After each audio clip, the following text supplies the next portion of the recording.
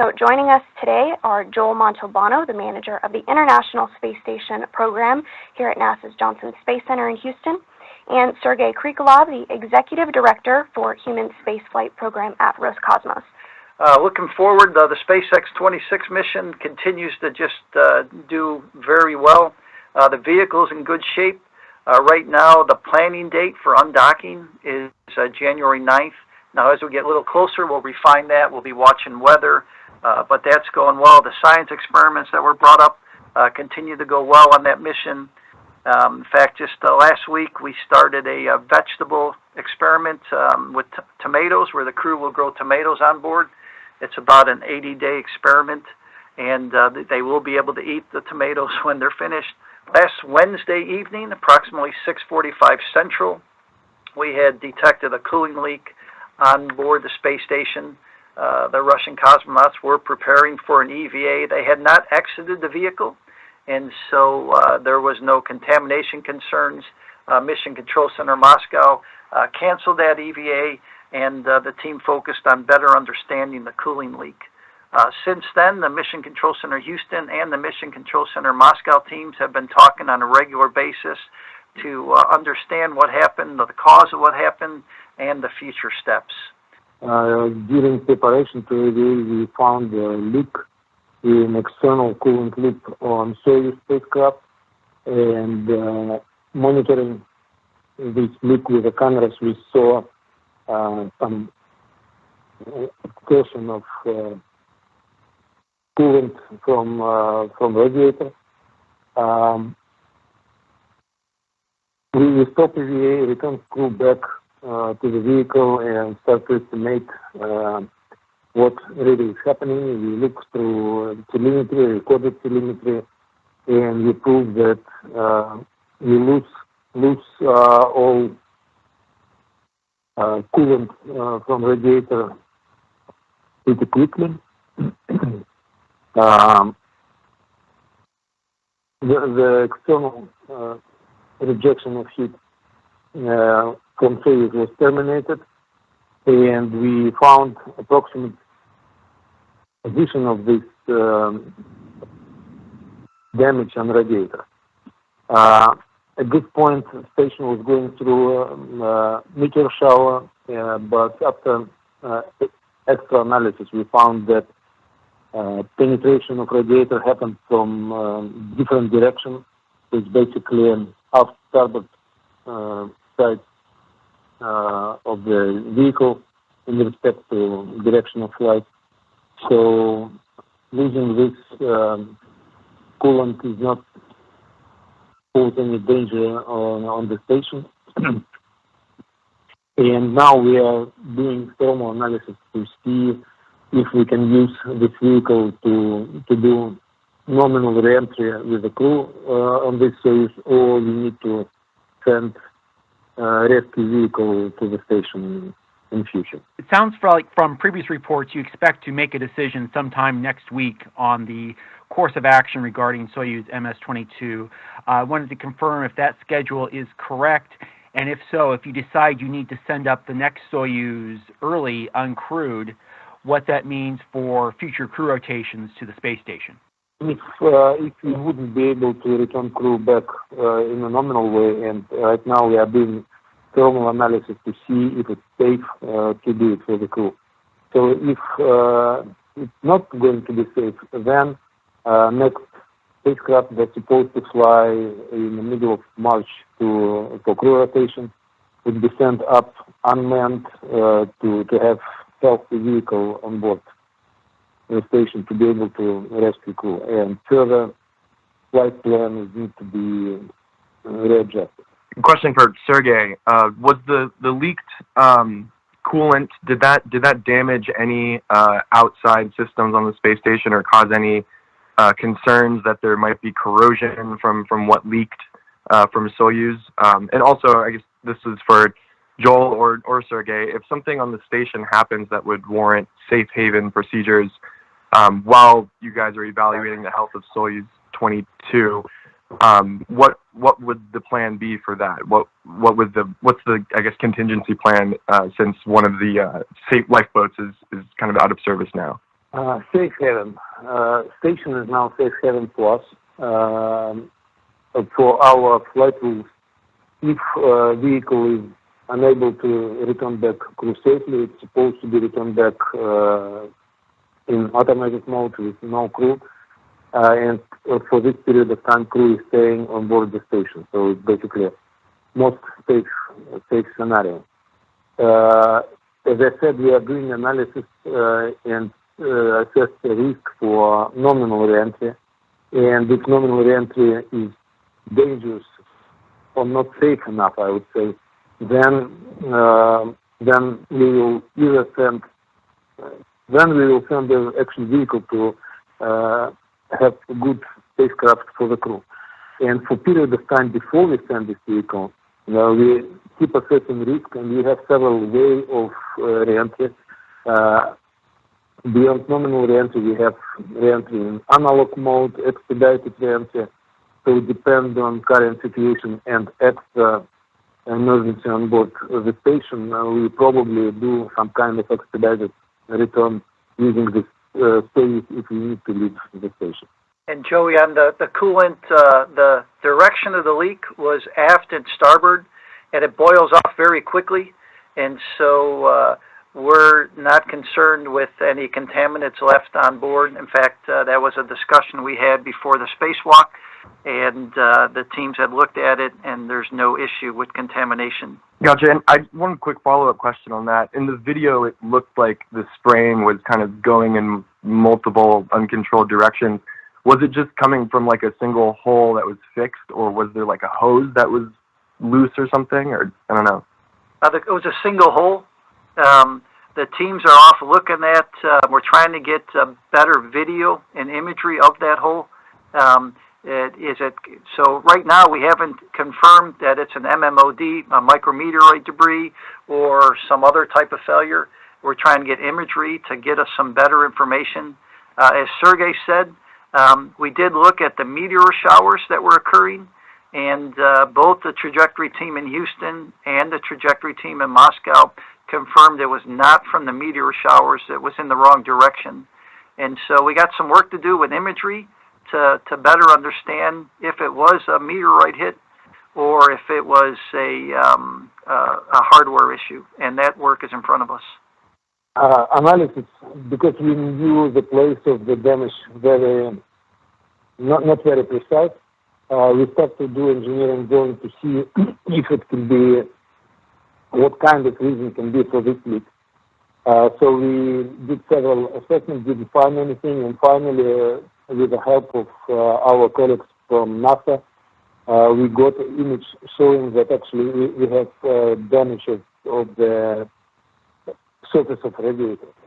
Our specialists looked very closely, and they confirmed that having this damage, small pipe with coolant was also damaged, and size of the leak was relatively small. It's less than 1 millimeter in diameter, but it was enough for all coolant to leak the loop.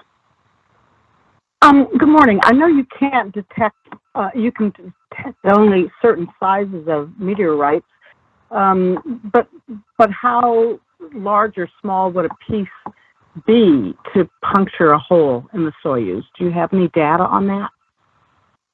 I can start, Sergei. Estimate the size of the particle that damaged the Soyuz. We need to do some investigation, but damage on the surface is about 4 millimeters in diameter, and damage of the pipe that hold the coolant liquid is less than 1 millimeter finally. But external crater is about 4 millimeters in diameter. Hi, I apologize. It could be I have a bad line, but could you confirm that what I've heard is that right now you all are evaluating the consequences of the leak and have made no decision on whether to send the Soyuz early? So as I said, we don't have final decision. Can we return crew safely by this vehicle, damaged vehicle or not? we do our assessment, and we have basically two options. One is we return crew back on this vehicle if it's safe enough, and it's basically thermal analysis we need to do to see how rapidly temperature is going to rise in equipment compartment, in crew compartment, and if we see that temperature would be and thermal mode would be inside of nominal limits, we would be able to do nominal reentry. In case we see that risk for the crew is too high, then our next crew, as I said, was scheduled to fly in middle of March.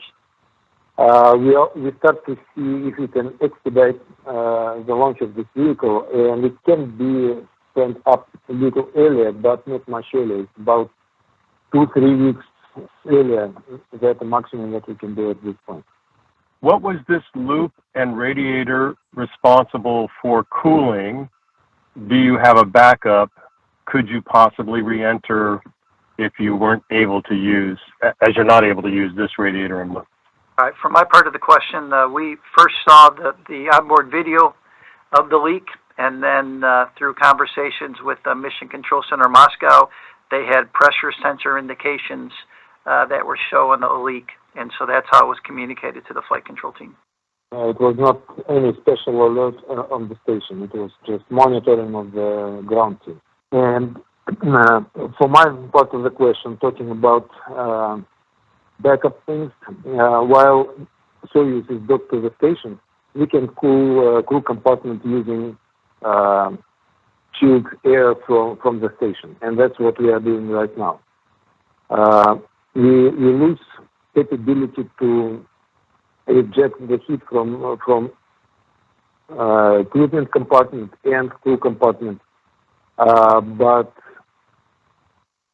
we have actually spare pumps in the loop, but we don't have spare loop, so we don't have extra opportunity to reject the heat because we lost all coolant.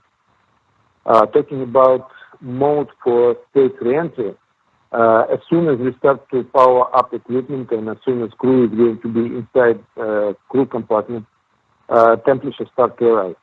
We don't know exactly how high it's going to happen, and our specialists in Russia and together with specialists in Houston are going to estimate the rate of rise of the temperature and what maximum temperature can be reached during different modes of reentry, nominal reentry, expedited reentry.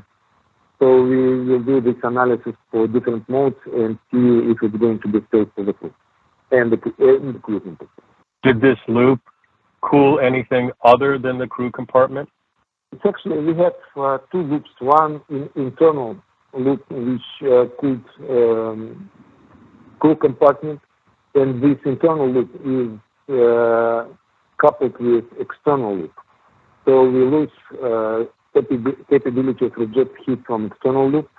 So we still have some kind of averaging temperature inside crew compartment, but as soon as we close hatches and we lose capability to chill down crew compartment with chilled air from the station, temperature start to rise.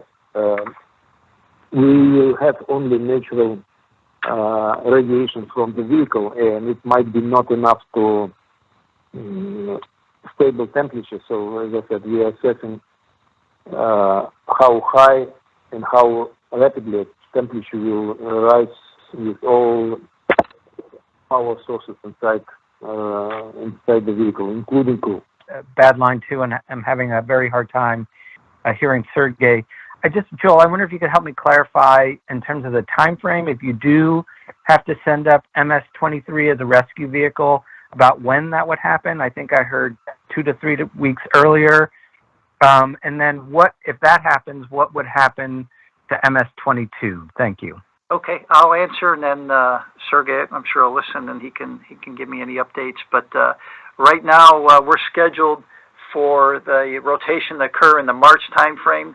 Roscosmos is looking to move that up to the 2 weeks, 3 weeks. They're looking at late February to send up the next Soyuz vehicle. If it's decided, and it hasn't been done yet, but if it's decided that it's an uncrewed Soyuz, Roscosmos would plan to return the current Soyuz on orbit and collect the data so they can use that for future evaluations of missions. And Sergei, if you want to add anything, feel free.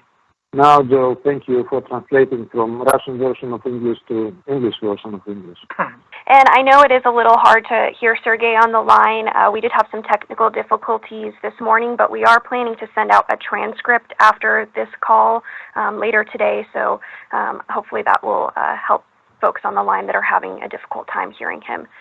Leak occurred while the Soyuz MS-22 had been in flight. Would that have compromised the ability to control its flight, its direction and attitude and so forth? And if that's the case, does that render that spacecraft, unusable unless the leak were to be fixed? I also have very bad quality of sound.